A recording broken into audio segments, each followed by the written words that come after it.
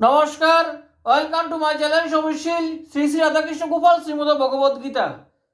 আজ 5 ফেব্রুয়ারি 2026 আমি বৃহৎ সচিত্র ও আদি সৃষ্টি মাহাত্ম্য বা সৃষ্টি পুরাণের প্রথম খণ্ডের মুনি অসুর পক্ষী ও সর্পাদির উৎপত্তির কিছু অংশ পাঠ করছি। 38 পৃষ্ঠার।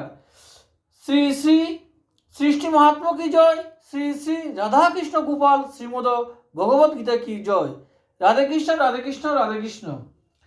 চন্দ্রের বৃত্তান্ত কহিতেছি, অতঃপর রোহিণী হইল প্রিয়ধন সুধাকর।